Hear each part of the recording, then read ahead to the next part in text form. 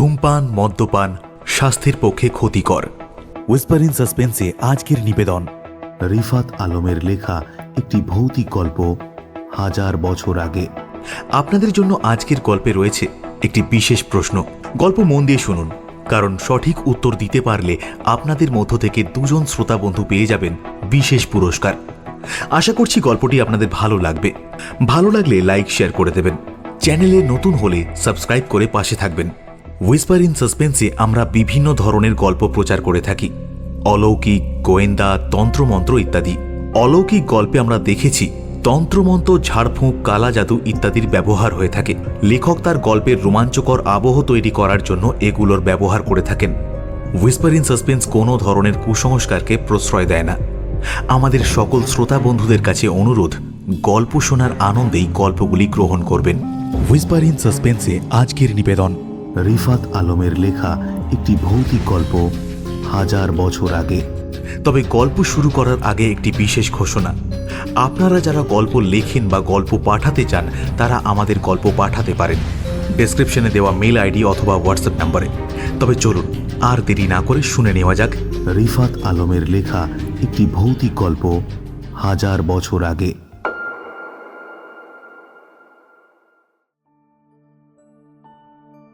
অনেকদিন ধরেই প্ল্যান করছিলাম সবাই মিলে একবার নানু বাড়িতে গিয়ে থাকবার, কিন্তু আজ ওর ছুটি আছে তো তার ছুটি নেই, আবার কাল তার ছুটি আছে তো আরেকজনের মহা গুরুত্বপূর্ণ কোনো কাজ এসে হাজির হলো। এমনটা করে করেই প্ল্যানটা বারবার পিছিয়ে যাচ্ছিল। শেষ পর্যন্ত আমি অনেকটা জোর করেই একটা ডেট ফিক্স করে সবাইকে জানিয়ে দিলাম এই দিনে যথাসময়ে আমি সবাইকে প্ল্যাটফর্মে দেখতে চাই, ব্যাস।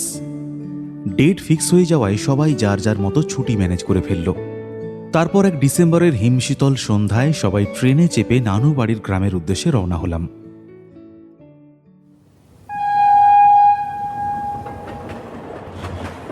ট্রেন যখন প্ল্যাটফর্ম ছেড়ে বের হলো তখন সূর্য অস্ত যাচ্ছে ঢাকার আকাশে।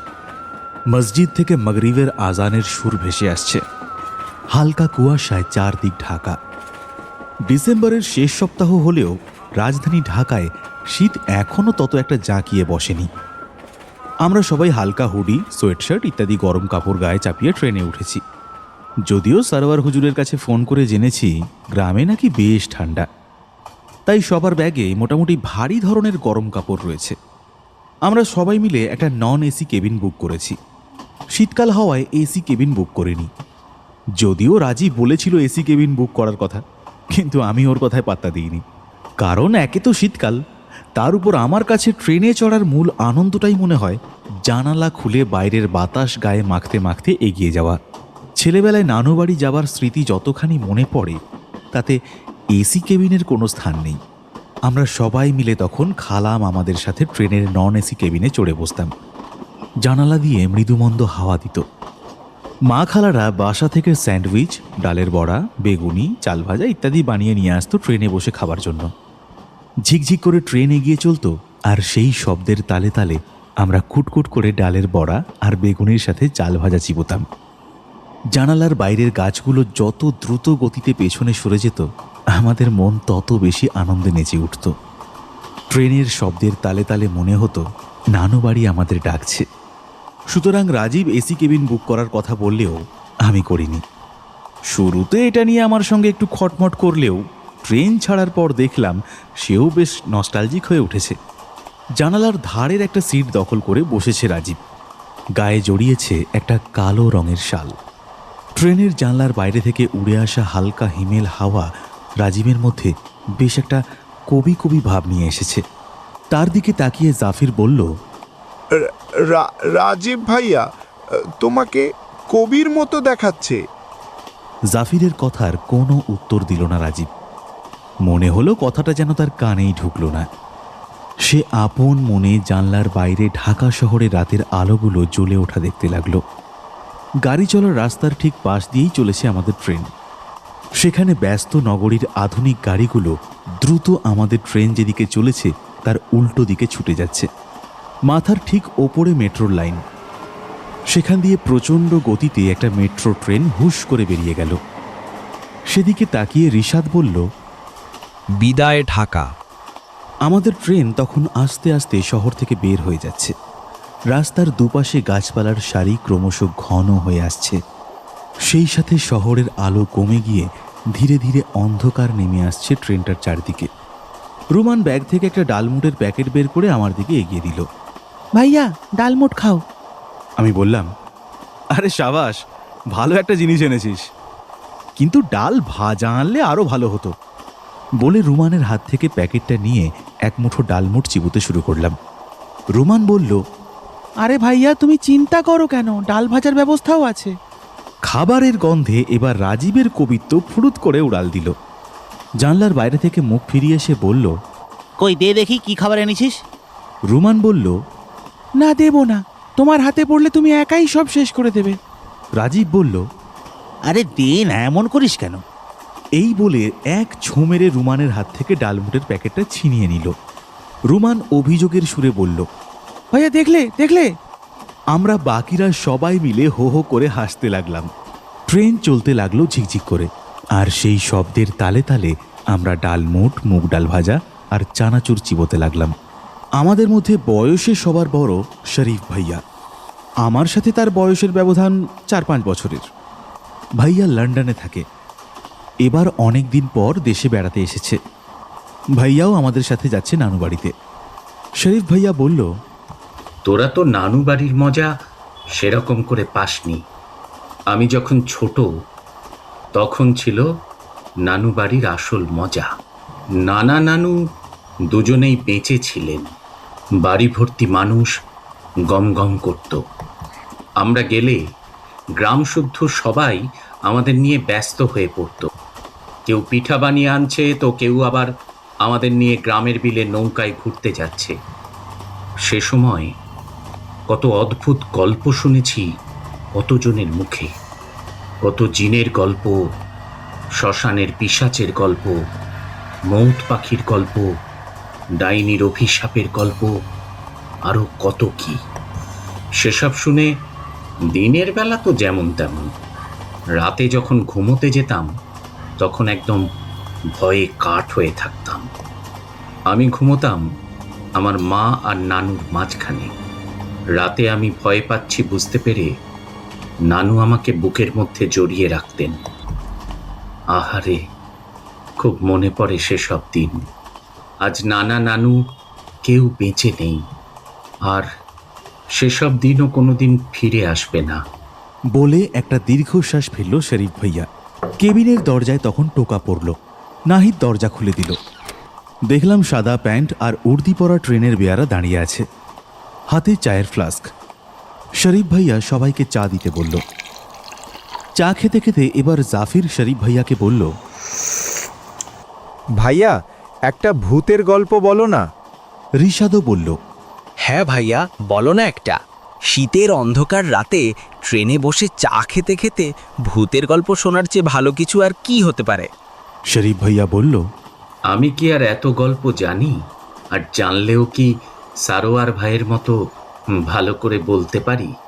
একটু অপেক্ষা কর, বাড়ি পৌঁছলে সারোয়ার ভাইয়ের মুখেই শুনিস। রাজীব বলল, সেটা তো শুনবই, কিন্তু এখন ট্রেনের এই অতি উপযুক্ত পরিবেশটা কোনো ভূতের গল্প ছাড়া কাটিয়ে দেব? এই সুযোগ কেউ নষ্ট করে? আমি বললাম, ঠিকই তো ভাইয়া, বলো না একটা।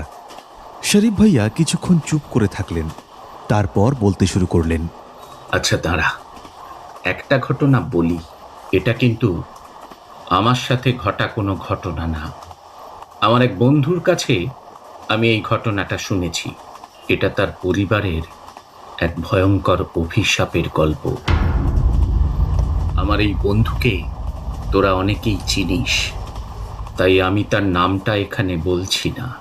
যাই হোক, ঘটনাটা শুরু হয় আজ থেকে প্রায় 200 বছর আগে। আমার এই বন্ধুর পৈতৃক বাড়ি ছিল ময়মনসিংহের কোনো এক গ্রামে।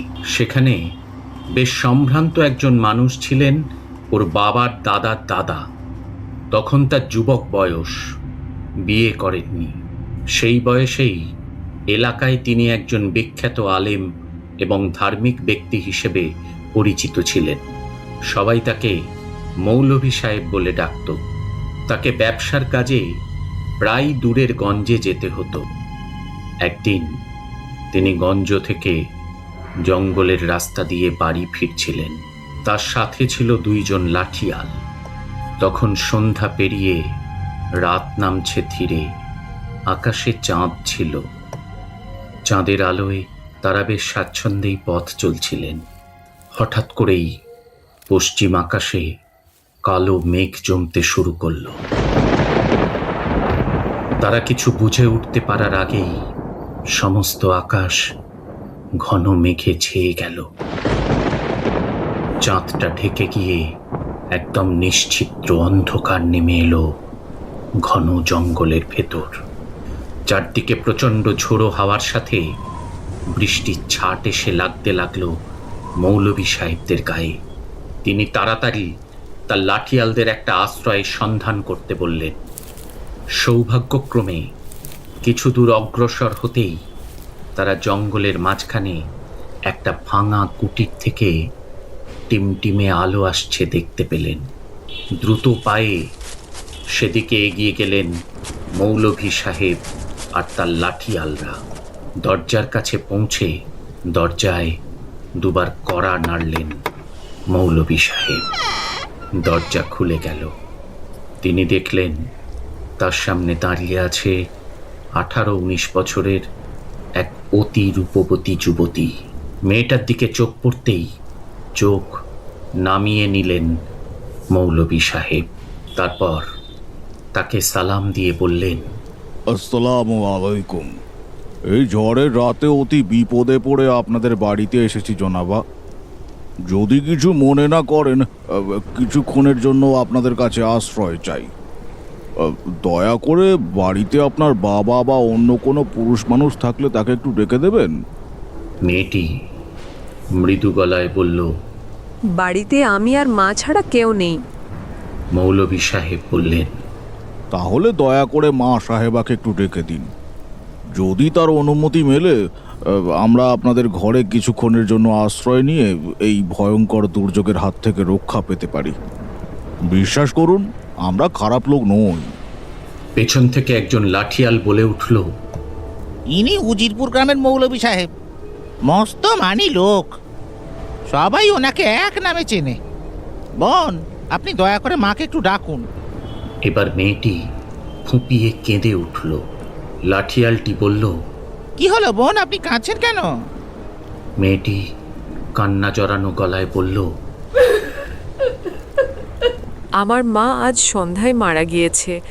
ঘরে মায়ের মৃতদেহ নিয়ে আমি একা বসে আছি। এ কথা শুনে মৌলভী সাহেব আর তার সাথে থাকা 2 জনের উপর যেন বজ্রাঘাত হলো। মৌলভী সাহেব বললেন, কি বলছেন আপনি? কি করে হলো? আপনাদের কোনো আত্মীয় স্বজন নেই? কাউকে খবর দেননি কেন? মেয়েটি এবার ভাঙা ভাঙা গলায় বলল, সারাদিন সুস্থ ছিল। বিকেলের পর থেকে হঠাৎ মা রক্তবমি করতে শুরু করলো। সন্ধ্যা হবার আগেই সব শেষ। তারপর থেকেই এই ঘরে একা মায়ের লাশ পাহারা দিয়ে ঠাই বসে আছি। আমাদের কোনো আত্মীয় স্বজন নেই যে খবর দেব। আশেপাশে কোনো গ্রামও নেই যে তাদের খবর দিয়ে মায়ের সৎকারের ব্যবস্থা করব। মৌলভী সাহেব অবাক হয়ে বললেন, এই জঙ্গলে আপনারা একা থাকেন? আর কারোর সাথে আপনাদের কোনো যোগাযোগ নেই? এটি মাথা নেড়ে মৌলভী সাহেবের কথায় সম্মতি জানালো। তারপর দরজার সামনে থেকে সরে দাঁড়িয়ে মৌলভী সাহেবকে বলল, আসুন, ভেতরে আসুন। মৌলভী সাহেব কিছুটা ইতস্তত করে ঘরে প্রবেশ করলেন। তার পেছন পেছন ঘরে ঢুকল তার 2 বিশ্বস্ত লাঠিয়াল। ঘরে ঢুকে তিনি দেখতে পেলেন বিছানায় একজন মানুষের দেহ শোয়ানো আছে। তার সারা শরীর কালো কাপড়ে ঢাকা। সেদিন সারা রাত মৃতদেহের পাশে বসে দুয়া দরুদ পাঠ করলেন মৌলভী সাহেব।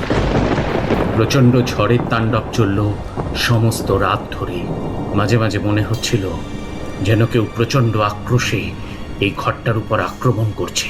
এখনই ভেঙে পড়বে ছোট্ট এই কুঁড়ে ঘর। কখনো কখনো মনে হলো বাইরে ভারী পায়ে কোনো অদৃশ্য জানোয়ার হেঁটে বেড়াচ্ছে। আবার কখনো দূর থেকে ভয়ঙ্কর কোনো অশরীরী প্রাণীর গা হিম করা তীব্র আর্তনাদ শোনা গেল। ঝড় আর বজ্রপাতের শব্দের সাথে এ সকল অতিপ্রাকৃত শব্দ যত বাড়তে লাগলো, মৌলভী সাহেব তত জোরে দুয়াদারুদ পড়তে লাগলেন। এক মুহূর্তের জন্য থামলেন না। শেষ রাতের দিকে ঝড় কিছুটা কমে এলো। মৌলভী সাহেব মেয়েটিকে বললেন, আপনি এবার একটু শুয়ে বিশ্রাম করুন, আমরা বাইরে দাঁড়িয়ে বাড়ি পাহারা দিচ্ছি। মেয়েটি মৌলভী সাহেবের কথায় রাজি হলো না। সে বলল, আমার আমার খুব ভয় করছে, আপনি দয়া করে আমাকে ফেলে রেখে কোথাও যাবেন না। মৌলভী সাহেব সত্যি সত্যি এই অসহায় মায়াবতী মেয়েটিকে ফেলে কোথাও যেতে পারলেন না। পরদিন মেয়েটির মায়ের সৎকার সম্পন্ন করে তিনি মেয়েটিকে নিয়ে তার গ্রামের উদ্দেশ্যে যাত্রা করলেন। গ্রামে পৌঁছে সেদিনই তাকে বিয়ে করে ঘরে তুললেন। ভালোই চলছিল তাদের সংসার, কিন্তু বিয়ের কয়েক মাস পরেই বিপত্তি দেখা দিল। মৌলভী সাহেব একদিন জানতে পারলেন তার স্ত্রী একজন ডাইনি বা ডাকিনী, অর্থাৎ কালো জাদুর চর্চা করেন। মেয়েটার মাও ছিল একজন ডাইনি। তারা বছরের পর বছর ধরে জনহীন এই জঙ্গলের মধ্যে একাকী বাস করে ডাকিনী বিদ্যার চর্চা করত। সে সময়ে সমাজে কালো জাদু বা ডাকিনী চর্চাকে ভয়ঙ্কর অপরাধ হিসেবে দেখা হতো। আর যে সকল মহিলারা কালো জাদুর চর্চা করত তাদের বলা হতো উইচ বা ডাইনি। আজকের যে আধুনিক ইউরোপ তোমরা দেখো, তখনকার যুগে সেই ইউরোপ ছিল ডাইনিদের স্বর্গরাজ্য। কিন্তু আমাদের সমাজের মতো ইউরোপের সমাজেও তখন ডাকিনী বা ডাইনিদের সমাজের শত্রু হিসেবে দেখা হতো। সে যুগে বহু ডাইনিকে পুড়িয়ে মারা হয়েছিল ইউরোপে। যাই হোক, যা বলছিলাম, মৌলভী সাহেব যখন জানতে পারলেন তার স্ত্রী একজন ডাইনি, তখন তিনিও তাকে কঠিন শাস্তি দেবার ব্যবস্থা করলেন।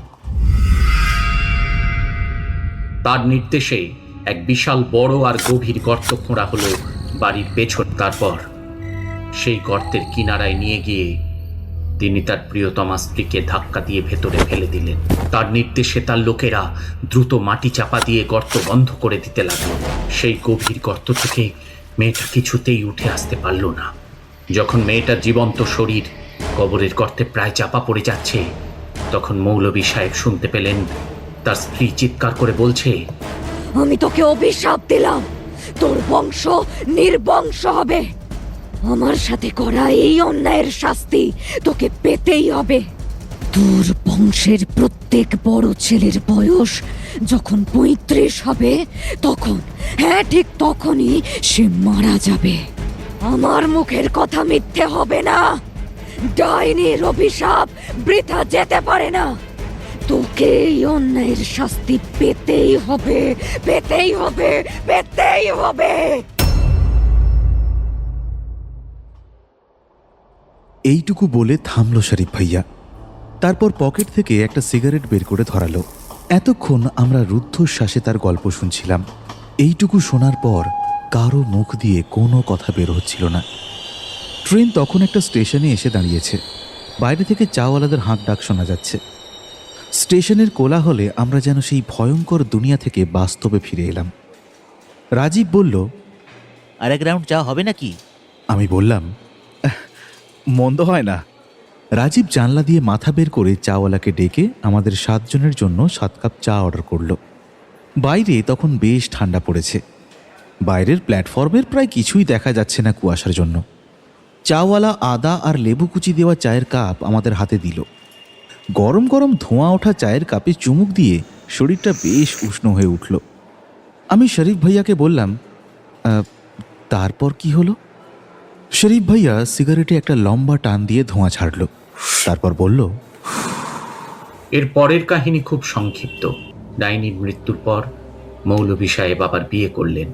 তার ঘরে সন্তান সন্ততি হলো। তারই বংশধর আজকে আমার সেই বন্ধু। আমি বললাম, ও মা, এটা আবার কেমন এন্ডিং? তাহলে সেই অভিশাপের কি হলো? শরীফ ভাইয়া গম্ভীর হয়ে বলল, ডাইনির অভিশাপ অব্যর্থ ছিল। ঠিক ৩৫ বছর বয়সে মৌলভী সাহেব মারা যান। রাজীব বলল, ও মাই গড। শরীফ ভাইয়া বললেন, শুধু তাই নয়, মৌলভী সাহেবের বড় ছেলেও ঠিক ৩৫ বছর বয়সে মারা যান। তার ছেলের ক্ষেত্রেও একই ঘটনা ঘটে এবং সেই অভিশাপের সাইকেল চলতে থাকে। আমরা সবাই হতভম্ব হয়ে তাকিয়ে রইলাম শরীফ ভাইয়ার দিকে। নাহিদ বলল, তোমার বন্ধুর বাবাও কি মারা গেছেন? শরীফ ভাইয়া বললেন, না, উনি ছিলেন পরিবারের মেজ ছেলে, সুতরাং উনি এখনো এই ৬৫ বছর বয়সে এসেও বেঁচে আছেন। কিন্তু ওনার বড় ভাই ঠিক ৩৫ বছর বয়সেই এই ভয়ঙ্কর অভিশাপের ভয়ানক অদৃষ্টকে মাথায় নিয়ে বাকি সবার মতোই একই পরিণতি লাভ করেছিলেন। ঋষাদ বলল, আচ্ছা, তোমার এই কাহিনীকে যদি সত্যি ধরেও নি, তোমার লজিক অনুযায়ী তোমার বন্ধু তো তাহলে সেফ, তাই না? কারণ হিসেব মতে তাদের জেনারেশনে ফ্যামিলির বড় ছেলে হিসেবে তার বড় চাচার ছেলের মারা যাবার কথা, রাইট? শরীফ ভাইয়ার গলা আগের চেয়ে আরো গম্ভীর শোনা গেল। তিনি বললেন, না, ওর বড় চাচা ৩৫ বছর বয়সে মারা গিয়েছিলেন। তখনও পর্যন্ত তিনি নিঃসন্তান ছিলেন। সুতরাং এই জেনারেশনে ফ্যামিলির সবচেয়ে বড় ছেলে আমার সেই বন্ধু। চমকে উঠলাম আমরা।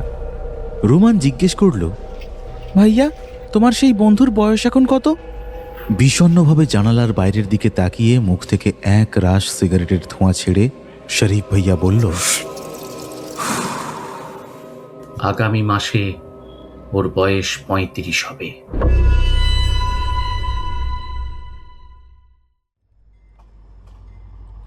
ট্রেনটা তখন আস্তে আস্তে আবার চলতে শুরু করেছে। বাইরের কুয়াশা আর শরীফ ভাইয়ার সিগারেটের ধোঁয়া মিলেমিশে একাকার হয়ে তার মুখের চারদিকে একটা রহস্য মেশানো দুঃখের আবহ তৈরি করেছে। সেদিকে তাকিয়ে আমরা কেউ আর কোনো কথা বলতে পারলাম না।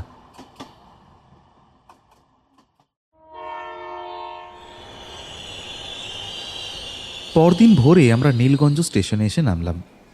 ট্রেন থেকে নেমে প্ল্যাটফর্মে পা রাখতেই সমস্ত শরীর ঠান্ডায় অবশ হয়ে গেল। মনে হতে লাগলো যেন জামা কাপড়, এমনকি চামড়া ভেদ করে শরীরের অস্থি পর্যন্ত এই ভয়ানক কনকনে ঠান্ডার স্রোত পৌঁছে যাচ্ছে। আমরা অবসাতেই কোনো রকমে ব্যাগ খুলে ভারী গরম কাপড়গুলো বের করে পরে নিলাম। তারপর কুয়াশায় ঢাকা প্রায় অদৃশ্য প্ল্যাটফর্ম ধরে এক পা করে এগোতে লাগলাম। হঠাৎ সামনের কুয়াশার আস্তরণের ভেতর থেকে আপাদমস্তক বিভিন্ন রকম বস্ত্রের আবরণে আবৃত একটা ছোটোখাটো অবয়বকে আমাদের দিকে হেঁটে আসতে দেখা গেল। কাছে আসতে চিনতে পারলাম এটা আর কেউ নয়, আমাদের সারওয়ার ভাই ওরফে সারওয়ার হুজুর। গায়ে পা পর্যন্ত লম্বা সাদা আলখাল্লা, তার উপর একটা ঘিয়া রঙের শাল জড়ানো, গলায় মাফলার, মাথাটা একটা বড় স্কার্ফের মতো রুমাল দিয়ে ভালো করে কান পর্যন্ত বাঁধা। তার ভেতর দিয়ে সারোয়ার ভাইয়ের হাসি হাসি মুখ উঁকি দিচ্ছে। আমাদের কাছে এসে বলল, কি ভাইয়েরা, কোনো কষ্ট হয়নি তো?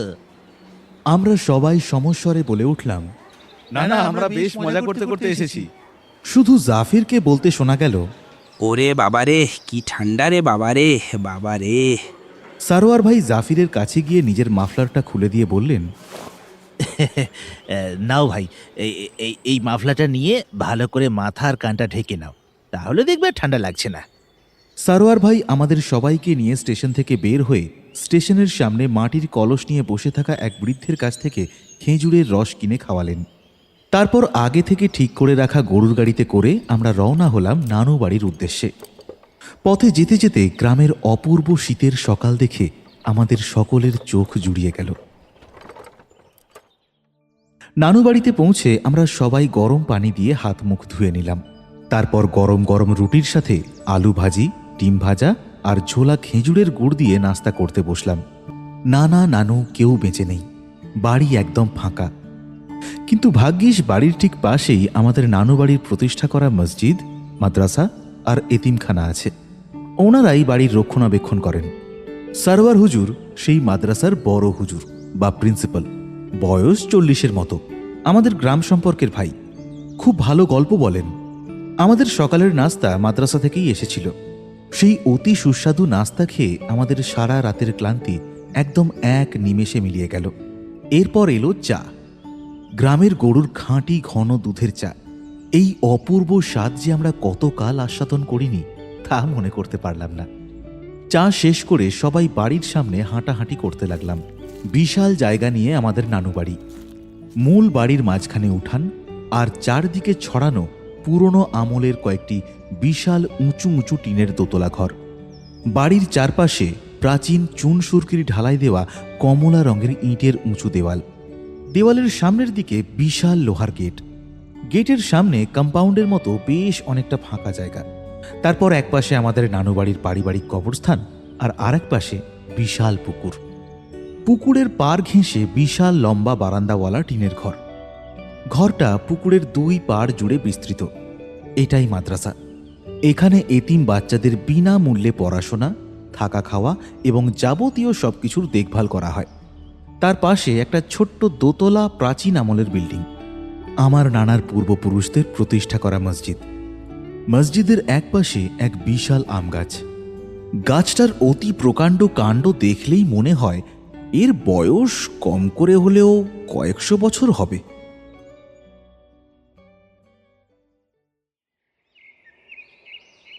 ভাইয়া, কি বিশাল গাছ, তাই না? এই গাছ কত ঘটনার সাক্ষী। এই বাড়ির কত মানুষকে চোখের সামনে জন্মাতে দেখেছে এই গাছ। সেই মানুষগুলো এখন আর কেউ নেই, কিন্তু কালের সাক্ষী হয়ে গাছটা এখনও দাঁড়িয়ে আছে। গাছটার গায়ে হাত বোলাতে বোলাতে একবারও না তুতলিয়ে কথাগুলো এক টানা বলে গেল জাফির। আমি বললাম, এই গাছের ইতিহাস তুই জানিস? জাফির বলল, না তো ভাইয়া, কি ইতিহাস? আমি বললাম, আমার মুখে শোনার চেয়ে গ্রামের মুরব্বী কারোর মুখে শুনলে আরো বেশি মজা পাবি। এখন কিছু বলবো না, একটু অপেক্ষা কর, সময় হলে সব জানতে পারবি। জাফিরের চেহারায় খুশির ঝিলিক খেলে গেল। ভাইয়া, আজকে রাতে গল্পের আসর বসবে, তাই না? আমি বললাম, আবার জিগায়, গল্প শুনবো বলেই তো এত দূর থেকে এলাম। আমাদের আশা উপলক্ষে পুকুরে জাল ফেলা হলো। জালে বিশাল সাইজের একটা কাতলা মাছ ধরা পড়ল, সাথে আরও বিভিন্ন পদের প্রচুর মাছ। সারোয়ার ভাই বলল, তোমরা আসবে দেখে এই মাছটা অনেকদিন ধরে জমিয়ে রেখেছি। আগে বেশ অনেকবার মাছটা জালে ধরা পড়েছে, কিন্তু আমরা আবার এটাকে পুকুরে ছেড়ে দিয়েছি। রুমান বলল, এত বড় মাছ? সারোয়ার ভাই, এটার বয়স কত হবে? সারোয়ার হুজুর বলল, কম করে হলেও 5-7 বছর। রাজীব বিস্ময়ের সাথে বলল, 5-7 বছর? সারোয়ার হুজুর বলল, আরে ভাই, আগের যুগে এই পুকুরের 15 বছরের পুরনো মাছও ছিল। তোমার নানার আমলের কথা বলছি, বুঝলে? শুনেছি তখন নাকি পুকুরে থাকতে থাকতে সেসব মাছের শরীরে শ্যাওলা হয়ে যেত। শরীফ ভাইয়া বলল, আজকের মাছটাকে রান্না করবে নসরুল ভাই? সারোয়ার হুজুর বলল, হ্যাঁ, তোমরা আসবে শুনে নসরুলকে তার গ্রাম থেকে লোক পাঠিয়ে খবর দিয়ে এনেছি। রুমান জিজ্ঞেস করল, নসরুল ভাই কে? আমি বললাম, নসরুল ভাই এই মাদ্রাসার পুরাতন বাবুর্চি। তার রান্না একবার যে খেয়েছে সে কোনো দিন ভুলতে পারবে না। আমি ছোটবেলায় তার রান্না খেয়েছি, এই স্বাদ ভোলার নয়। লকড়ির চুলায় রান্না হতে লাগলো। আয়োজন দেখে আমাদের চোখ কপালে ওঠার জোগাড়। আমি সারোয়ার ভাইকে ডেকে বললাম, ভাই, আমরা সবাই যে ভরপেট নাস্তা করেছি, দুপুরবেলা এত কিছু খাওয়া কারো পক্ষেই সম্ভব না। এক কাজ করলে কেমন হয়, আমরা সবাই মিলে না হয় রাতে একেবারে খাওয়া দাওয়া করি? তাছাড়া সারা রাত না ঘুমিয়ে জার্নি করেছি, এখন সবাই একটু ঘুমিয়ে নিলে ভালো হয়, না হলে রাতে গল্প শুনতে পারবো না তো। আমার কথায় বাকি সবাই সম্মতি দিল। সারোয়ার হুজুর বললেন, ঠিক আছে ভাই, তোমরা যা ভালো মনে করো। তোমরা বরং বাড়িতে যেয়ে একটু বিশ্রাম নিয়ে নাও, দুপুরটা বাড়িতে ঘুমাও, রাতে আমাদের সাথে মাদ্রাসায় ঘুমিও। একা বাড়িতে তোমাদের থাকতে দেব না। আচ্ছা ভাই, যাই, আমি দেখি এদিকে রান্নার আয়োজন কত দূর এগুলো।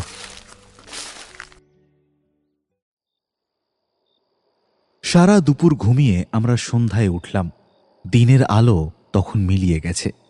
মাদ্রাসার ঘরগুলো থেকে ছাত্রদের সমবেত কণ্ঠে কোরআন পড়ার শব্দ ভেসে আসছে। চারদিকে অন্ধকার। মাদ্রাসার ভেতর অনেকগুলো ছোট ছোট কুপিবাতির আলো টিমটিম করে জ্বলছে। তাদের আবছা হলুদ আলোর প্রতিবিম্ব পুকুরের অন্ধকার কালো জলে এক অদ্ভুত তরঙ্গের সৃষ্টি করেছে। সেদিকে তাকিয়ে থাকতে থাকতে আমাদের মনে হলো আমরা যেন কোনো প্রাচীন বহু শতাব্দী আগের গ্রাম বাংলার এক প্রাগৈতিহাসিক সন্ধ্যায় এসে পড়েছি। নিজেদেরকে আর একবিংশ শতাব্দীর অতি আধুনিক কোনো তরুণ মনে হলো না। মনে হলো যেন আমরাও এই 1000 বছরের পুরনো এক রাতের চরিত্র। রাতে মাদ্রাসার অফিস ঘরের মেঝেতে কার্পেট বিছিয়ে আমাদের খাবার পরিবেশন করা হলো। গরম ধোঁয়া ওঠা বাসমতি চালের ভাতের সাথে পুকুরের পুরুষ্টু সাইজের দেশি কই মাছের ভাজা, বিশাল সাইজের কাতলা মাছের কালিয়া, শোল মাছের ভুনা, বিল থেকে ধরে আনা বকের মাংসের ঝাল, দেশি মুরগির পাতলা ঝোল, খাসির কষা কষা ঝাল মাংস আর মাস কলাইয়ের ডাল। আমরা সবাই পেট পুড়ে প্লেটের ভাত কয়েকবার করে শেষ করে অবশেষে খাওয়া সম্পন্ন করলাম।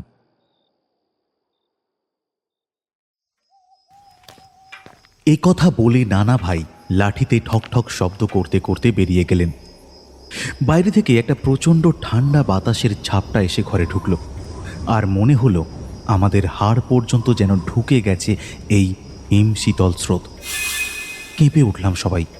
সারোয়ার ভাই তাগাদা দিলেন, অনেক রাত হয়েছে ভাইয়েরা, আর গল্প করে কাজ নেই, চলো সবাই শুয়ে পড়া যাক।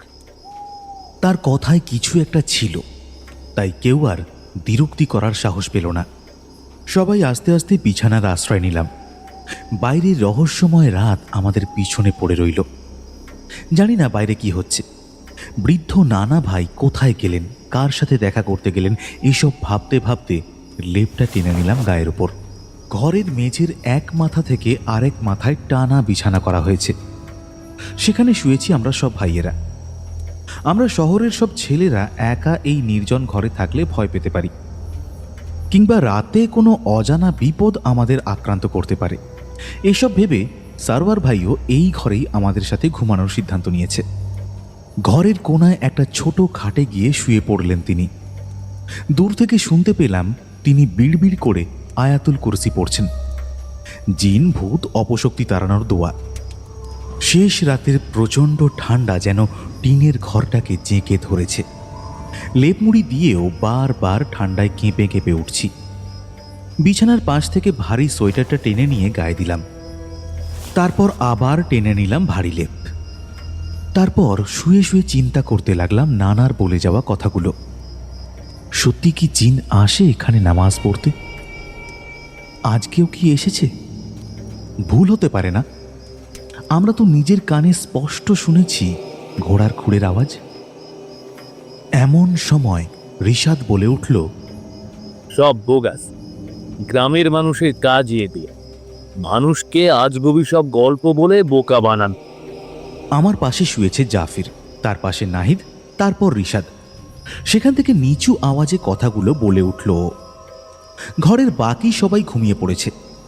এতক্ষণ আমি ভাবছিলাম আমি একাই শুধু জেগে আছি। এই চিন্তা করে বেশ একটা ভয় ভয় করছিল।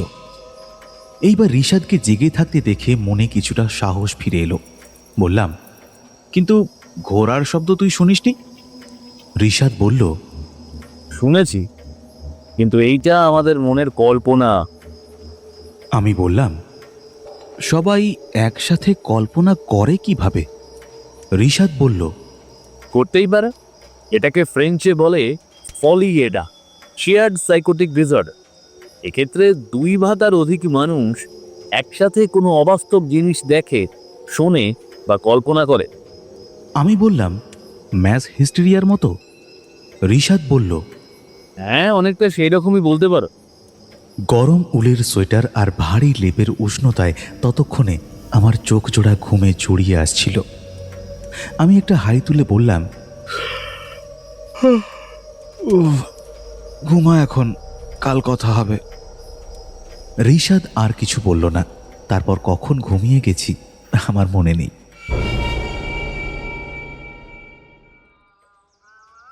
পরদিন সকালে ঘুম ভাঙল রুমানের ডাকে। চোখ খুলে দেখি ভোর হয়ে গেছে। ঘরের বাকি সবাই তখনও ঘুমোচ্ছে। বাইরে মাদ্রাসা থেকে শিশুদের চিৎকার করে পড়ার সমবেত আওয়াজ আসছে। আমি ঘুম ভাঙা গলায় জিজ্ঞেস করলাম, কিরে রুমান, কি হয়েছে? রুমান আমাদের সবার মধ্যে সবচেয়ে আর্লি রাইজার। দেখলাম ইতিমধ্যে জ্যাকেট, মাঙ্কি টুপি, মাফলার সব কিছু পড়ে আছে। মাঙ্কি ক্যাপটা একটু ভেজা ভেজা দেখে বুঝলাম বাইরের কুয়াশার মধ্যে থেকে হেঁটে এসেছে। আমার প্রশ্নের উত্তরে ও একটু উদ্বিগ্ন গলায় বলল, ভাইয়া একটু বাইরে এসে দেখে যাও। আমি অবাক হয়ে বললাম, কি দেখব? মসজিদের সামনে পুকুরের ঘাটে একটা ঘোড়ার পায়ের ছাপ। আমি লাফ দিয়ে শোয়া থেকে উঠে বসে বললাম, কি বললি? ভাইয়া একটা ঘোড়ার পায়ের ছাপ আমি নিজের চোখে দেখে এসেছি, তাড়াতাড়ি চলো দেখবে।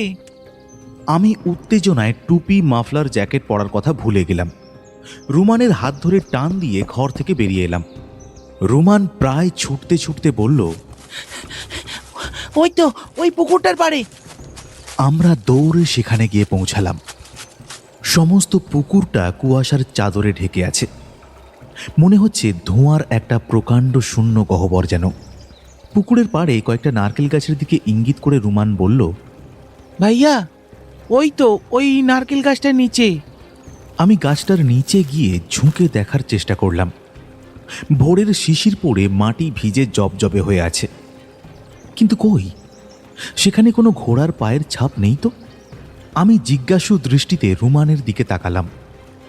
ততক্ষণে সেও ঝুঁকে এসে দাগটা খুঁজে বের করার চেষ্টা করছে, কিন্তু ওর মুখের ভাব দেখে বুঝলাম সেও এখন আর কোনো দাগ খুঁজে পাচ্ছে না।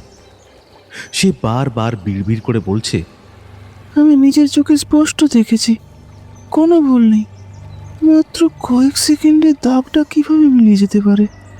না না, বুঝতে পারছি না। এটা তো অসম্ভব। ঠিক তখন পুকুরের পানিতে একটা ঢিল পড়ার শব্দ শুনতে পেলাম।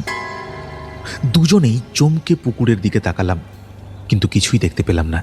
কুয়াশার গহ্বরের রহস্যময়তার গভীর থেকে শুধু ঢেউয়ের ঝলাত ঝলাত শব্দ ভেসে আসছিল। এবার আমার কিছুটা ভয় ভয় করতে লাগলো।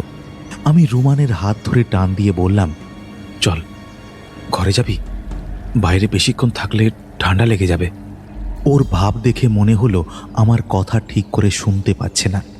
বিড়বিড় করে বারবার বলছে, এইমাত্র দেখে গেলাম, এর মধ্যে কোথায় মিলিয়ে যাবে ঘোড়ার পায়ের দাগগুলো?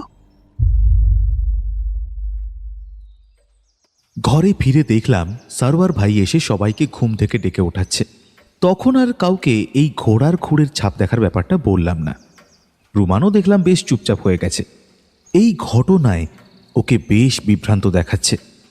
ঘোড়ার পায়ের ছাপটা যদি আমাকে দেখাতে পারতো তাহলে হয়তো এতটা কনফিউজড হতো না, কিন্তু দাগটা মিলিয়ে যাওয়ায় বেচারা একদম ঘাবড়ে গেছে।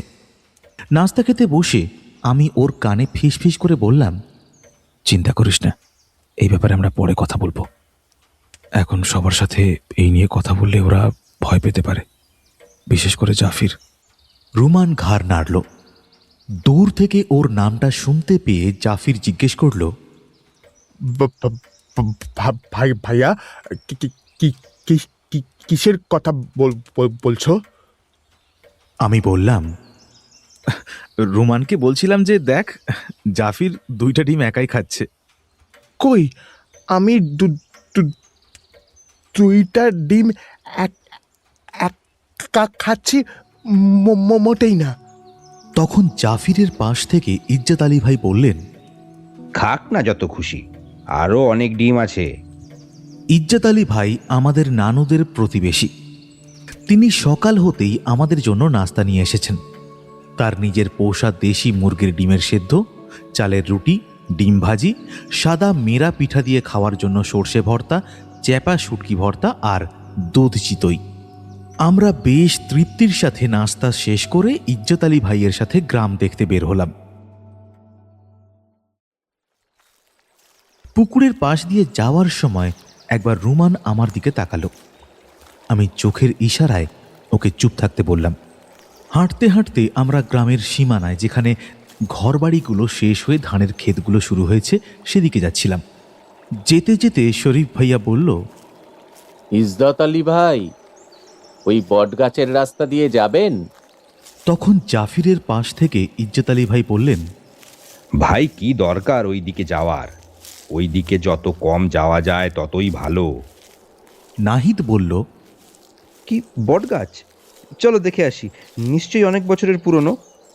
ইজ্জত আলী ভাই বললেন, হ্যাঁ ভাই, এর বয়স কয় হাজার বছর কেউ জানে না। ঋষাদ বলল, আরে ধুর ইজ্জত আলী ভাই, গাছের বয়স আবার 1000 বছর হয় নাকি? ইজ্জত আলী ভাই গম্ভীর গলায় বলল, হয় ভাই হয়, এইটা সাধারণ কোনো গাছ না, এইটা পীর সাহেবের গাছ। এই গাছের নিচে শুনছি উনার কবর ছিল। আমি বললাম, পীর সাহেব কে? আমাগো গ্রামের পীর সাহেব। উনার কথা খুব বেশি একটা জানে না কেউ, কিন্তু শুনছি উনি অনেক কামের লোক আছিলেন, এক হারায় যাওয়া সাধক। মানুষ উনার কথা মনে রাখে নাই। এই বট গাছটার নিচে উনার কবরের সাথে আরেকটাও কবর আছে।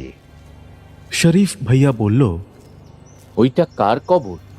ইজ্জত আলী ভাই ভয় পাওয়া গলায় বললেন, পীর সাহেবের একটা পোষা জিন আছিল। শুনছি পীর সাহেব যেদিন মারা যায় সেই দিন রাতেই এই জিনটাও মারা যায়। এইখানেই দুজনারে একসাথে কবর দেওয়া হয়।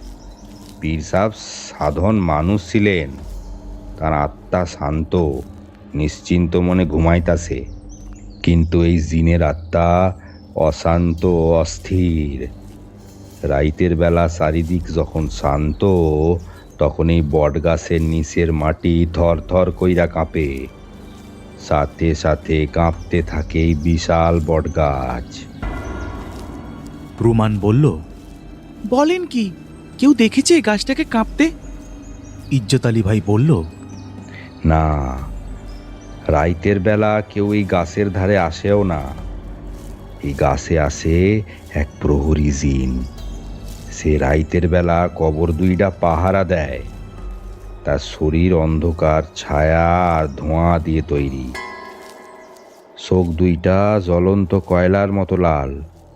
লোকজন বলা বলি করে রাতের বেলা নাকি বটগাছের প্রাচীন পাতাগুলো থেকে ফিসফাস শব্দ ভাইসা আসে। সেই শব্দ আসলে কোনো পাতার শব্দ না, সেই বন্দি প্রহরীর জিনের নিঃশ্বাস। কথা বলতে বলতে আমরা একটা অতি প্রাচীন কালো হয়ে যাওয়া বটগাছের সামনে এসে দাঁড়িয়েছিলাম। একপাশে একটা ছোট্ট নদী বয়ে যাচ্ছে, তাতে জলের ধারা অতি ক্ষীণ। নদীর ওই পারে ঘন জঙ্গল। দূর থেকে দেখা যাচ্ছে দিনের বেলাও সে জঙ্গল অন্ধকার হয়ে আছে, যেন কোনো প্রাচীন রহস্যকে সযত্নে নিজের ভেতর আগলে রেখেছে সে। গাছটার কাণ্ড এত মোটা যে 5 জন পূর্ণবয়স্ক মানুষ 2 হাত দিয়ে একসাথে জড়িয়ে ধরলেও এর বেড় পাওয়া যাবে না।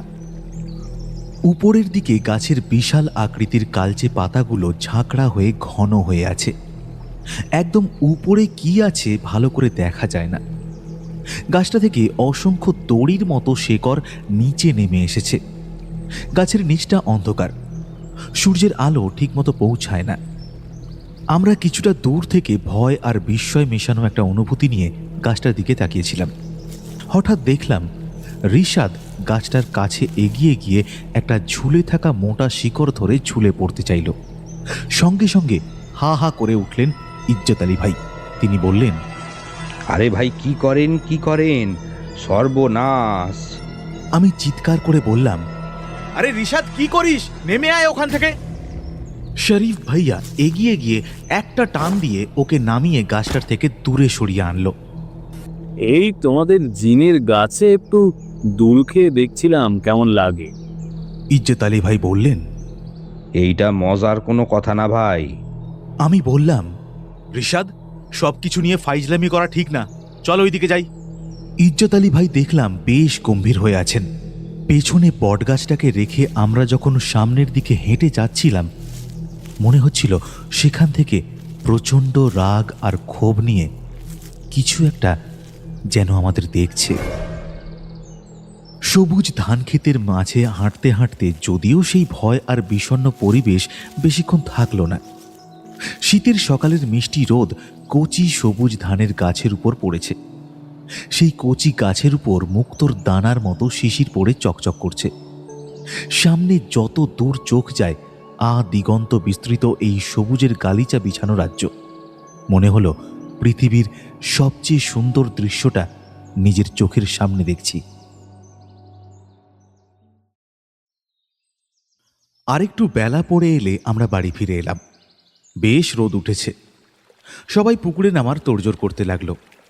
শরীফ ভাইয়া কোথা থেকে একটা লুঙ্গি জোগাড় করেছে, সেটা পরে সবার আগে পুকুরে নেমে সাঁতার কাটতে শুরু করলো। তাকে দেখে সবাই ভাবলো পুকুরের পানি বুঝি বেশ গরম, তাই তার পেছন পেছন নাহিদ একটা লাফ দিয়ে পুকুরে পড়লো আর ঠান্ডায় চিৎকার করে উঠল, ওরে বাবা রে বাবা, এত ঠান্ডা পানি, সর্বনাশ! শরীফ ভাইয়া, এই ঠান্ডায় তুমি কিভাবে এত নির্বিকার আছো?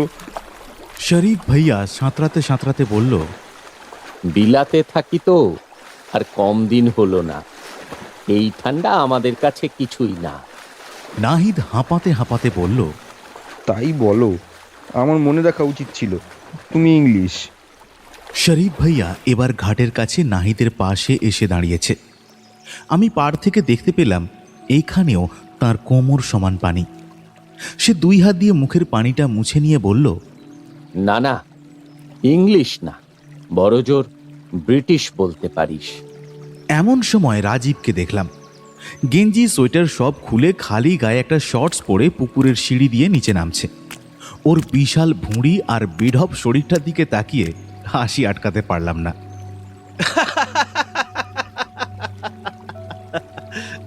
হা হা করে হাসতে শুরু করলাম আমি। আমার দেখা দেখি রুমান হাসি শুরু করতেই রাজীব অর্ধেক সিঁড়ি থেকে আবার উপরে উঠে এলো। রুমানও পুকুরে নামার প্রস্তুতি নিচ্ছিল। প্যান্ট পাল্টে সবে মাত্র শর্টসটা পরেছে, গায়ের গেঞ্জি তখনও খোলেনি। সেই অবস্থায় তার সামনে এসে রাশিদ একটা জোর ধাক্কা দিয়ে তাকে সরাসরি পুকুরে ফেলে দিল।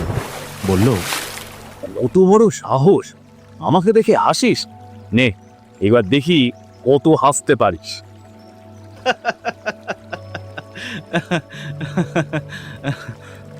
আমি আবারও হেসে উঠলাম। আমার কেন জানি নামতে ইচ্ছে করছিল না। পুকুরের বাঁধানো ঘাটে বসে একটা গল্পের বই পড়ছিলাম আর ওদের আনন্দ করতে দেখছিলাম। জাফিরটাও নামেনি। ও বাড়ির ভেতরে কি করছে কে জানে। হঠাৎ বাড়ির দিকে চোখ পড়তে দেখলাম সেখান থেকে দৌড়াতে দৌড়াতে আসছে জাফির। কাছে এসে হাঁপাতে হাঁপাতে বলল, দেখো ভাইয়া, কি পেয়েছি। আমি বললাম, কি? জাফির বলল, নানা ভাইয়ের ডায়েরি। আমি এবার ভালো করে ওর হাতের দিকে তাকালাম। দেখলাম ওর হাতে একটা মাঝারি সাইজের বাদামি হলুদ রঙের চামড়ায় বাঁধানো একটা নোটবুকের মতো কি যেন। আমি বললাম, দে তো দেখি, কোথায় পেলি এটা? জাফির উত্তেজিত কণ্ঠে বলল, নানা ভাইয়ের আলমারিতে। ভাবছিলাম বহু বছর তো খোলা হয় না, একটু খুলে দেখি ভেতরে কি আছে। ভেতরে কিছু পুরনো কাপড় চোপড়ের সাথে এই ডায়েরিটা পেলাম। আমি ডায়েরিটা খুলে দেখলাম। শুরুতেই আমার নানা ভাইয়ের নাম লেখা, আমার মায়ের বাবা, যিনি আজ থেকে বহু বছর আগেই পৃথিবীর মায়া ত্যাগ করে চলে গেছেন। একে একে পৃষ্ঠা উল্টাতে শুরু করলাম ডায়েরিটার। ছেলেবেলা থেকে শুরু করে নানান ঘটনার বর্ণনা দেওয়া আছে ডায়েরিতে। নানার প্রথম কলেজে ভর্তি হওয়ার কাহিনী, সেই ইংরেজ আমলের বিয়ে পাস ছিলেন আমার নানা ভাই। একে একে তার বিয়ের দিনের কাহিনী, কিভাবে হাতির পিঠে চড়ে বরযাত্রী নিয়ে আমার নানুকে বিয়ে করতে গেছিলেন সেই দিনের পুঙ্খানুপুঙ্খ বর্ণনা, তার ছেলে মেয়ের জন্মের কাহিনী আর জীবনের বাঁকে বাঁকে ঘটে চলা বিভিন্ন ঘটনার কথা লেখা ডায়েরির পাতায় পাতায়। পড়তে পড়তে তন্ময় হয়ে গেছিলাম।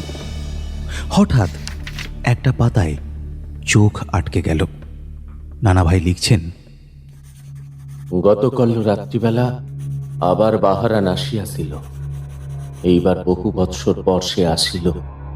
আমাদিকে সতর্ক থাকা উচিত আছিল, আমরা থাকি নাই, বড্ড ভুল হইয়া গিয়াছে।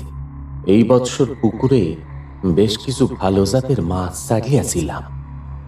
সেজন্য দূরের এক গ্রাম থেকে জসিম নামের এক পাহারাদারকে আনিয়া রাখিয়াছিলাম রাত্রিবেলা পুকুর পাহারা দিবার জন্য। গ্রামের মানুষ কেউ বাহারানের ভয়ে রাত্রিবেলা পুকুর পাহারা দিতে রাজি হইতেছিল না। বাহারানের আসিবার দীর্ঘকাল বিরতির জন্য আমি ভাবিয়াছিলাম সে হয়তো মৃত্যুবরণ করিয়াছে। আর কোনোদিন আসিবে না। তাই সাহস করিয়া এই পাহারাদারকে আনিয়াছিলাম। কে জানত বাহারান আবার আসিবে। গতকাল রাত্রে ওর ঘোড়া দেখিয়া শুরুতে কিছু বুঝিয়া উঠতে পারে নাই পাহারাদার জসিম, কিন্তু কাছে আসতেই বাহারানের চেহারার দিকে তার চোখ পড়ে। ভয়ে সে সেখানেই অজ্ঞান হইয়া পড়িয়াছিল সারা রাত। সকালে আমার লোকেরা সেইখান থেকে তাকে উদ্ধার করে। তার গায়ে ছিল প্রচন্ড জ্বর, এখনো সেই জ্বর নামে নাই। ছেলেটাকে লইয়া বড্ড চিন্তায় আছি, জানি না কি হইবে। সেদিনের লেখা এই পর্যন্তই। এর বেশ কয়েকদিন পরের তারিখে আর একটা লেখা। নানা ভাই লিখছেন, জসিমের অবস্থা দিনে দিনে খারাপের দিকে যাইতেছে। জ্বর নাই, কিন্তু তার মাথা দিনে দিনে আওলা হইয়া যাইতেছে। আমি জানি জসিম খুব দ্রুতই বদ্ধ উন্মাদ হইয়া যাইবা। এই রোগের আর কোনো ঔষধ নাই, এইটাই নিয়তি। আজ পর্যন্ত বাহারানকে মুখোমুখি দেখিয়া কেউ সহ্য করতে পারি নাই। এই সব কিছুর জন্য তাই আমি, আমার ভুলের জন্যই ছেলেটার আজ এই হাল। আমি কি করিয়া নিজেরে ক্ষমা করি? ডায়েরির এই অংশটা পড়ে কিছুক্ষণ বিহবল হয়ে বসে রইলাম পুকুর পাড়ে। অন্যরা ততক্ষণে পুকুরে সাঁতার গোসল সেরে শুকনো কাপড় চোপড় পরে রেডি হয়ে পড়েছে দাওয়াতে যাওয়ার জন্য। আজ দুপুরে আমাদের সেই বৃদ্ধ নানা ভাইয়ের বাসায় দাওয়াত, যিনি গতরাতে আমাদের জিনের গল্প শুনিয়েছিলেন। নানা ভাইয়ের বাসা বিস্তীর্ণ ধান ক্ষেতের বন্দের একেবারে মধ্যিখানে। আশেপাশে কোনো বাড়ি ঘর নেই। সেখানে বেশ একটু উঁচু জায়গায় নানা ভাইয়ের বাড়ি। বাড়ির সামনে ছোট্ট একটা পুকুর আর একটা নিচু হাঁসের শেড। বাড়ির সীমানার চারদিকে অসংখ্য ছোট বড় বিভিন্ন জাতের গাছ লাগিয়েছেন নানা ভাই। বাড়িতে ঢুকেই বেশ একটা প্রশান্তি অনুভব করলাম আমরা। নানা ভাইয়ের ছোট্ট মাটি আর ছন দিয়ে বানানো কুড়ে ঘরের সামনের পুকুরে ভেসে বেড়াচ্ছে অসংখ্য হাঁস। ঘরের পাশের মাটির চুলায় আমাদের জন্য খিচুড়ি চড়িয়েছেন নানা ভাই। সেই খিচুড়ির অতি উন্নত মানের সুঘ্রাণ ধাক্কা দিচ্ছে আমাদের নাকে। আমরা খেতে বসার জন্য আর দেরি করতে পারলাম না। নানা ভাই একা মানুষ, বিয়ে থা করেননি, ছেলেপুলে থাকার প্রশ্নই আসে না। একা একা থাকেন, একাই রান্না বান্না করে খান। আমাদের জন্য আজকে নিজের পোষা হাঁসের মাংসের তরকারি করেছেন, আর সেই সাথে হাঁসের ডিমের ভাজি দিয়ে খিচুড়ি। উফ, শীতের দিনে এর চেয়ে ভালো খাবার আর কি হতে পারে। আমরা সবাই পেট পুড়ে খেলাম। খাওয়া শেষে নানা ভাইয়ের পুকুর পাড়ে সুপারি গাছ কেটে বানানো ঝুলন্ত বেঞ্চিতে বসে আবার আমাদের গল্প শুরু হলো। এক কথা দুই কথার পর আমি জিজ্ঞেস করলাম, আচ্ছা নানা ভাই, বাহারান কে? নানা ভাই চমকে উঠে বললেন, তুমি এই নাম জানলে কিভাবে? আমি তাকে আমার নানা ভাইয়ের লেখা ডায়েরির কথা বললাম। তিনি আমার কথা শুনে কিছুক্ষণ গম্ভীর হয়ে থাকলেন, তারপর বলতে শুরু করলেন, হ্যাঁ, কাল রাতে যে জিনের কথা বলেছিলাম তার নামই বাহারান। ও কোনো সাধারণ জিন নয়। ওকে নিয়ে গল্প প্রচলিত আছে। বাহারান ছিল এক জাদুকর এবং যোদ্ধা জিন। আরবের মরুভূমিতে সে তার ভয়ঙ্কর দলবল নিয়ে ঘুরে বেড়াতো। তারা ছিল প্রচন্ড শক্তিশালী। আজ থেকে 1000 বছরেরও বেশি সময় আগে বাহারানের জন্ম। তার দলের বেশিরভাগের যোদ্ধাদেরও তাই। তারা মানুষের কোনো ক্ষতি করত না, কিন্তু বাহারান ছিল মানুষের ব্যাপারে কৌতূহলী। শোনা যায় তার বাবা ছিল আগুনের জাতের সর্দার, আর মা ছিল বাতাসের জাতে। তাই তার রূপও এই দুই জাতের মতোই পরিবর্তনশীল। কখনো সে ডানাযুক্ত ছায়া, আবার কখনো সে ধরাযুক্ত অবয়ব। নানা ভাই এইটুকু বলে একটু থামলেন। তার পেছনের একটা গাব গাছে একটা জোরালো বাতাসের মতো শব্দ হলো। পাতাগুলো কেঁপে উঠল প্রচণ্ড ঝটকায়। আমার মনে হলো কেউ যেন ফিসফাস করে কথা বলছে।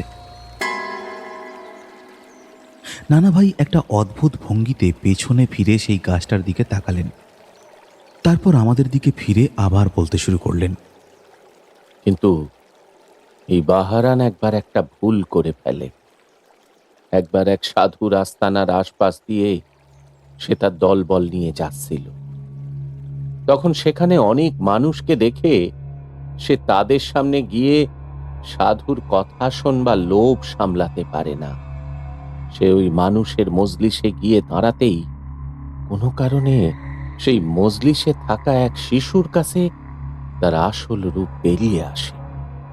সেটা দেখে ভয়ে সেই শিশুটি সেখানেই মারা যায়। এই ঘটনার পর সাধু তার ক্ষমতা বলে বাহারানকে বন্দী করে। তারপর তাকে অভিশাপ দেয়, তোর এই হতভাগা চেহারার জন্য যেহেতু এই নিষ্পাপ শিশুটির মৃত্যু হলো, আমি তোকে অভিশাপ দিচ্ছি, তুই কোনোদিন কোনো মানুষের সামনে যেতে পারবি না। তোর এই চেহারা কোনো মানুষ সহ্য করতে পারবে না। বাহারান অনেক কান্নাকাটি করে, সেই সাধুর কাছে মিনতি করে। সে তাকে বলে তার খুব শখ মানুষের সান্নিধ্যে থাকার, কিন্তু কিছুতেই সাধুর মন গলে না। তিনি বলেন, কিন্তু একটা কথা তোকে বলে দিচ্ছি, অনেক কামেল বংশের কোনো সন্তানের সাথে যদি কোনোদিন তোর দেখা হয়, তাহলে তাদের উপকার করিস, তাদের সাথে কথা বলার চেষ্টা করিস। তারা তোকে ভয় পাবে না। তাদের বংশের গুণে তুই তাদের কাছে ভয়ের পাত্র থাকবি না। এই অভিশাপ বাহারানকে প্রচন্ড ব্যথিত করে। সে মানুষের সামনে নিজেকে প্রকাশ করা বন্ধ করে দেয়। কিন্তু বাহারান এই অনিচ্ছাকৃত ভুলের জন্য তওবা করতে চেয়েছিল। সে 1000 বছর ধরে নামাজ পড়ছে, অসহায় পথিকদের বিপদের হাত থেকে রক্ষা করছে, জিন শয়তানের অশুভ শক্তির বিরুদ্ধে লড়াই করছে। কিন্তু একটা কথা মনে রাখবে নানা ভাই, যে রাতগুলোতে সে আসে সেগুলো সাধারণ রাত নয়। এই রাতগুলো এমন বিশেষ কোনো রাত যে রাতে মানুষের জগৎ আর অদৃশ্য জগতের দেওয়ালগুলো কিছুটা নরম থাকে, আর সেই নরম দেওয়াল ঠেলে বেরিয়ে আসে অন্য জগতের বাসিন্দারা। নানা ভাইয়ের কথা শুনে আমরা সবাই বিস্মিত হয়ে তাঁর দিকে তাকিয়ে রইলাম। কথা বলার ভাষাও যেন হারিয়ে ফেলেছি সবাই। নানা ভাই এবার নিচু গলায় আবার বললেন, এই গ্রামে কেন সে আসে সেটা খুব কম মানুষই জানে। আমি আমার দাদার কাছ থেকে ওর ব্যাপারে শুনেছিলাম। আজ থেকে কয়েকশো বছর আগে আমাদের গ্রামেরই এক বয়স্ক মসজিদের ইমাম, যিনি ছিলেন অত্যন্ত আল্লাহ ভীর আর কামেল মানুষ, তিনি গভীর রাতে মসজিদের ভেতর নামাজ পড়ছিলেন। হঠাৎ তিনি খেয়াল করলেন একটা বিশাল ছায়া মসজিদের বাইরে দাঁড়িয়ে আছে। প্রচন্ড বৃষ্টির রাত ছিল সেটি। বাইরে ঘুটঘুটে অন্ধকার, মাঝে মাঝে শুধু বজ্রপাতের ঝলকানিতে সমস্তটা আলোকিত হয়ে উঠছে। সেই ইমাম সাহেব ছায়াটা দেখে ভয় পেলেন না। তিনি ডাকলেন, এসো ভিতরে এসো, নামাজ পড়ো। আল্লাহর ঘরে ভয় পাওয়ার কিছু নেই। সেটাই আসিল প্রথমবার যেদিন বাহারান প্রথম কোনো মানুষের কাছ থেকে ভয় নয়, সম্মান পেয়েছিল। এরপর থেকে সে ওই মসজিদের ফিরে ফিরে আসে। এটা তার তওবার জায়গায় নিজেকে নিজে ফিরে পাওয়ার জায়গা। শরীফ ভাইয়া জিজ্ঞেস করল, ওই মসজিদটাই ছিল আমাদের নানু বাড়ির মসজিদ, তাই না? নানা ভাই বললেন, হ্যাঁ, কিন্তু তখন এখনকার মতো পাকা ছিল না। তখন সেটা ছিল একটা ছোট্ট মাটির মসজিদ। আমরা ওর মুখ চাওয়াচাওয়ি করতে লাগলাম। জাফিরের মুখটা দেখলাম ভয়ে রক্তবর্ণ ধারণ করেছে। নানা ভাই একটা দীর্ঘশ্বাস ফেলে বললেন, হ্যাঁ, কিন্তু গত কয়েক বছর ধরে তার আসা যাওয়ায় কিছুটা অস্বাভাবিকতা লক্ষ্য করা যাচ্ছে। কখনো ঘোড়ার শব্দ খুব ভারী হয়, মনে হয় যেন সে রেগে আছে। আবার কখনো কখনো মসজিদের ভেতর প্রচন্ড বাতাস বয়ে যাচ্ছে, এমনটা টের পায় কেউ কেউ। গ্রামবাসীরা বলে সে কিছু একটা খুঁজছে, কিন্তু কি খুঁজছে সেটা কেউ বলতে পারে না। নানা ভাই চুপ করলেন। পেছনের গাছগুলোর পাতা আবার ফিসফাস করে উঠল। মনে হলো এই শীতের সন্ধ্যার বাতাসে যেন কারো নিঃশ্বাস মিশে আছে। নানা ভাইয়ের বাড়ি থেকে আসার আগে নানা ভাই আমাকে একটু দূরে ডেকে নিয়ে বললেন, আজকে রাতে আবার বাহারান আসবে। তুমি যেভাবেই হোক সবাইকে তাড়াতাড়ি ঘুমিয়ে পড়তে বলবে, না হলে সমস্যা হতে পারে। আমি ভয় পাওয়া কাঁপা কাঁপা গলায় বললাম, কি কি সমস্যা নানা ভাই? নানা ভাই বললেন, সব কথা বলা যায় না নানা ভাই। ঠিক আছে, যাও, আজ রাতটা আমি তোমাদের সাথেই ঘুমাবো। নানা ভাইয়ের কথা শুনে আমি দূরে ওদের দিকে হাঁক দিয়ে বললাম, এই নাহিদ, জাফির, রাজীব, রিশাদ, রুমান, শোন নানা ভাই কি বললেন। নানা ভাই আজ রাতে আমাদের সাথে ঘুমাবেন। জাফির উত্তেজিত গলায় খুশিতে বলে উঠল, কি মজা, আজকেও রাতে গল্প হবে। নানা ভাই কাশতে কাশতে বললেন, আরে নানা ভাই, আজ রাতে গল্প করতে পারবো না। কাল রাতেও ঘুম হয়নি, আজকে রাতে ঘুমোতে হবে। আসলে তোমরা কাল দুপুরে চলে যাবে তো, আবার কোন দিন দেখা হয়। হয়তো আমি বেঁচে থাকতে আর কোন দিন দেখাই হবে না, তাই ভাবলাম শেষ সময়টা তোমাদের সাথে একটু কাটাই। আমি নানা ভাইয়ের কাঁধে হাত দিয়ে বললাম, বেঁচে থাকলে আবার দেখা হবে, এসব ভাববেন না নানা ভাই। আপনি তাড়াতাড়ি রেডি হয়ে চলে আসুন, আমরা যাচ্ছি। নানা ভাই বললেন, ঠিক আছে ভাই, যাও তোমরা, আমি এশার নামাজের পর চলে আসব।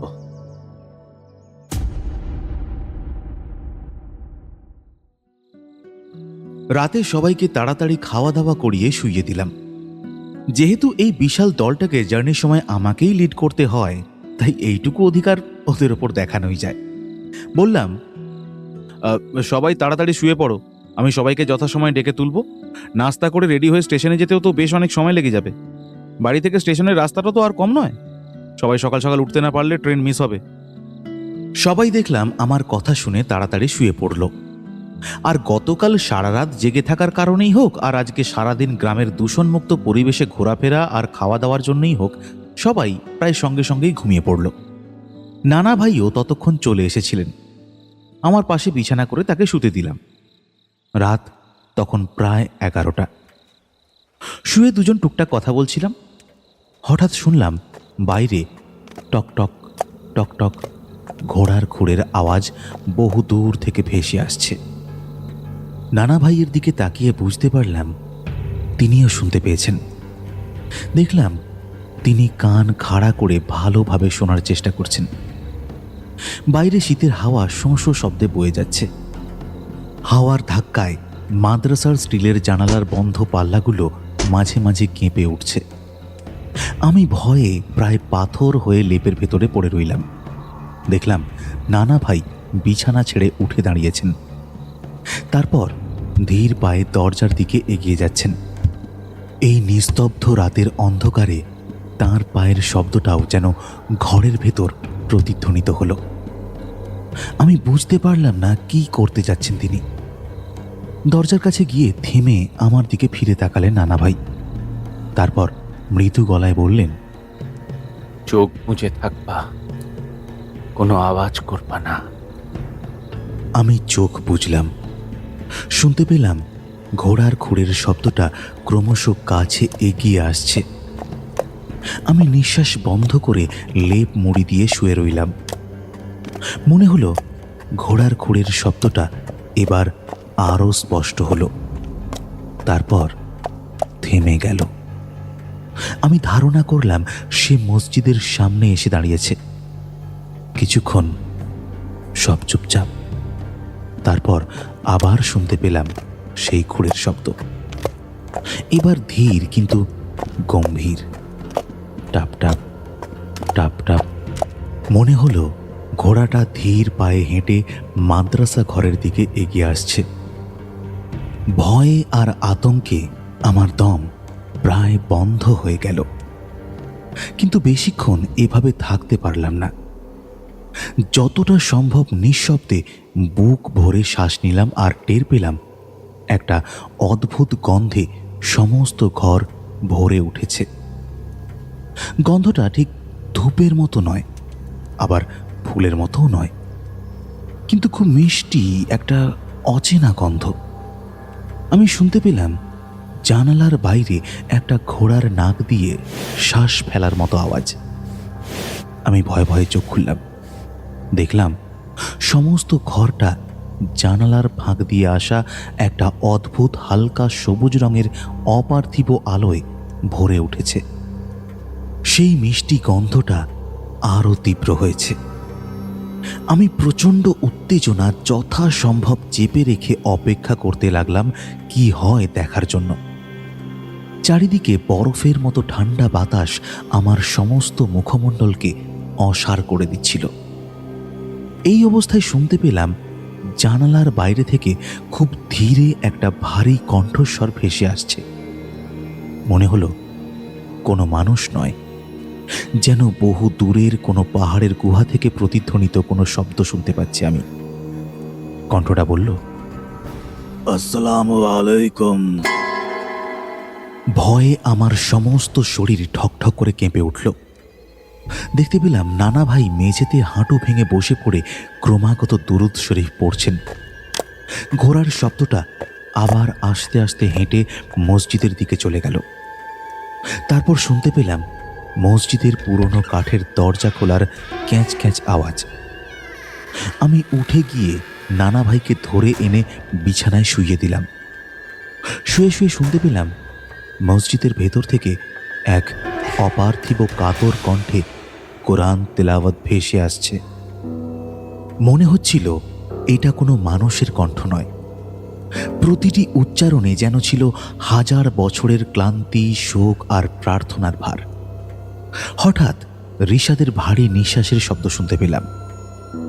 সচকিত হয়ে সেদিকে কান খাড়া করে শুনতে পেলাম ও বিড়বিড় করে বলছে, তিনি এসেছেন, তিনি এসেছেন। আমি বেশ অবাক হলাম। যে রিশাদ আজকে দুপুরে ফাজলামো করছিল বটগাছে জিনের কথা শুনে, সে কিনা এই কথা বলছে। আমার কোনো কথা বলার সাহস হলো না। তখনও মসজিদ থেকে তেলাওয়াতের শব্দ ভেসে আসছে। আমি চুপ করে খাপটি মেরে শুয়ে রইলাম লেপের তলায়। কতক্ষণ এভাবে তন্ময় হয়েছিলাম জানি না। হঠাৎ বাইরে আবার ঘোড়ার খুঁড়ের শব্দ শুনতে পেলাম। এবার আওয়াজটা দূরে সরে যাচ্ছে, দূরের মাঠের ওপর দিয়ে। আস্তে আস্তে শব্দটা একেবারে মিলিয়ে গেল। প্রচণ্ড ক্লান্তিতে আমি আমার চোখের পাতাগুলো আর খোলা রাখতে পারলাম না। তলিয়ে গেলাম গভীর ঘুমে। পরদিন সকালে রিশাদের মাঝে এক অদ্ভুত পরিবর্তন লক্ষ্য করলাম। ওর চোখ মুখ কেমন যেন উদ্ভ্রান্ত হয়ে আছে। চোখগুলো টকটকে লাল, বোঝাই যাচ্ছে সারা রাত ঘুমায়নি। নানা ভাইও ব্যাপারটা খেয়াল করলেন। তিনি রিশাদের কাছে গিয়ে জিজ্ঞেস করলেন, রাতে ঘুম হয়েছে নানা ভাই? রিশাদ কিছু বলল না, শুধু দেখলাম ওর ঠোঁটগুলো কাঁপছে। আমি বেশ ভয় পেয়ে গেলাম। নানা ভাই ওর পাশে গিয়ে বসে ওর মাথায় হাত রাখলেন, তারপর বললেন, কি হলো নানা ভাই, রাতে কিছু হয়েছে? রিশাদ বলল, সারা রাত নামাজের ডাক শুনেছি খুব কাছ থেকে, আর কারো একটা ভারী নিঃশ্বাস। নানা ভাই গম্ভীর হয়ে গেলেন, তারপর বললেন, মনে আছে সাধুর দেওয়া সেই অভিশাপের কথা?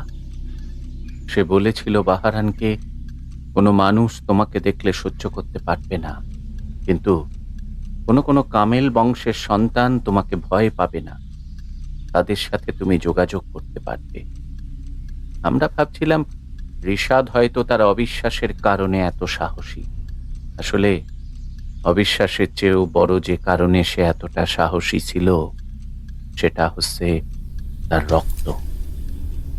সে বয়ে চলেছে সেই বৃদ্ধ কামেল ইমাম সাহেবের রক্ত, যে ইমাম সাহেব বহু শতাব্দী পর বাহারানকে দিয়েছিল সম্মান আর ভালোবাসা, মসজিদে নামাজ পড়ার সুযোগ করে দিয়েছিল তাকে। তখন থেকেই এই মসজিদে নামাজ পড়তে আসে বাহারান। সেই ইমাম সাহেব ছিলেন একজন অতি কামেল ব্যক্তি, তাই তিনি বাহারানকে ভয় পেতেন না। আর আজকের এই ঋষাদ সেই ইমাম সাহেবের বংশধর। হ্যাঁ নানা ভাই, তিনি ছিলেন তোমাদের প্রপিতামহ। আমি বিস্মিত হয়ে নানা ভাইয়ের দিকে তাকিয়ে রইলাম। বিদায় নেবার সময় নানা ভাই আমাকে ডেকে বললেন, আর একটা কথা তোমাকে বলা হয়নি, বাহারানের সাথে তোমার বড় নানা যান, মানে তোমার প্রপিতামহের একটা চুক্তি ছিল। সেটা হচ্ছে যেই পরিবার সেই মাওলানা, অর্থাৎ তোমার সেই প্রপিতামহের রক্তধারা বয়ে আনবে, সেই পরিবারের সাথে বাহারান যোগাযোগ রাখবে। তোমার মা এই বংশের সন্তান, সুতরাং তোমার বাবা বংশ অন্য হলেও তোমার মায়ের মাধ্যমে মাওলানা সাহেবের বংশধারা তোমাদের দিকেও প্রবাহিত হয়েছে। সুতরাং ঋষাদের সাথে বাহারানের এই যোগাযোগ অস্বাভাবিক কিছু নয়। বাহারান তোমাদের কারো ক্ষতি করবে না, কিন্তু তবুও সে প্রচন্ড শক্তিশালী। সেই প্রচন্ড শক্তির সান্নিধ্য অনেক সময় মানুষের উপর প্রভাব ফেলতে পারে। ঋষাদের খেয়াল রেখো। আমি প্রশ্ন করলাম, নানা ভাই, সেই মৌলানা সাহেবের রক্ত তো এই 200 বছরে কম করে হলেও প্রায় শখানেক নারী পুরুষের দেহে প্রবাহিত হয়েছে। তাহলে বাহারান তাদের মধ্যে থেকে ঋষাদকেই বেছে নিল কেন? তিনি বললেন, আমি ঠিক জানি না নানা ভাই, তবে আমি তোমার নানা ভাইয়ের মুখে শুনেছিলাম যে রাতে ঋষাদের জন্ম হয়েছিল সেই রাতেও নাকি বাহারান এসেছিল। এর মানে বুঝতে পারছো তো ভাই? তোমাকে তো আগেই বলেছি, বাহারান শুধুমাত্র সেই রাতগুলোতেই আসে যে রাতগুলোতে দুই জগতের দেওয়ালগুলো নরম হয়ে পড়ে, দুই জগতের মধ্যে সম্পর্ক স্থাপিত হয়। আমার ধারণা সেই বিশেষ রাতে জন্ম নেওয়ার কারণে ঋষাদের মধ্যে একটা আশ্চর্য ক্ষমতা আছে। নিজের অজান্তেই দুই জগতের মাঝে সম্পর্ক ঘটাতে পারে সে। তাই এই গ্রামে তার আগমনের কারণেই হয়তো বাহারান পরপর 2 রাতে এখানে আসতে পেরেছে। এর আগে কোনোদিন তাকে পরপর 2 রাত টানা আসতে দেখা যায়নি। জানি অবাক হচ্ছ, আমি তাহলে আগে থেকে কিভাবে জেনেছিলাম আজ রাতে বাহারান আসবে? আমি জেনেছিলাম তার রেখে যাওয়া জায়নামাজ দেখে। মসজিদের একটা অন্ধকার কোণে আমি দেখেছিলাম একটা অত্যন্ত সুন্দর আর দামি এক জায়নামাজ। এমন জায়নামাজ আমি এই গ্রামের কাউকে কোনোদিন ব্যবহার করতে দেখিনি। আমি বুঝতে পেরেছিলাম এইটা কার জায়নামাজ। সে এটা রেখে গেছে দেখেই আমি ধারণা করতে পেরেছিলাম সে সেদিন রাতে আবার আসবে। আমি অবাক হয়ে জিজ্ঞেস করলাম, সেই জায়নামাজ এখনো আছে? নানা ভাই বললেন, না, সকালে আমি মসজিদে গিয়ে দেখেছি সেটা আর নেই। বাহারান নিয়ে গেছে। আজ রাতে সে সে আর আসবে না। ট্রেনটা ছেড়ে দেওয়ার পর জানালা দিয়ে মুখ বের করে দেখলাম বাইরে দাঁড়িয়ে সারোয়ার হুজুর। আমাদের সবার প্রিয় সারোয়ার ভাই হাত নাড়ছেন। আমাকে একটু ধাক্কা দিয়ে সরিয়ে দিয়ে জানালা দিয়ে মাথা বের করলো জাফির। বলল, গুড বাই সারোয়ার ভাই।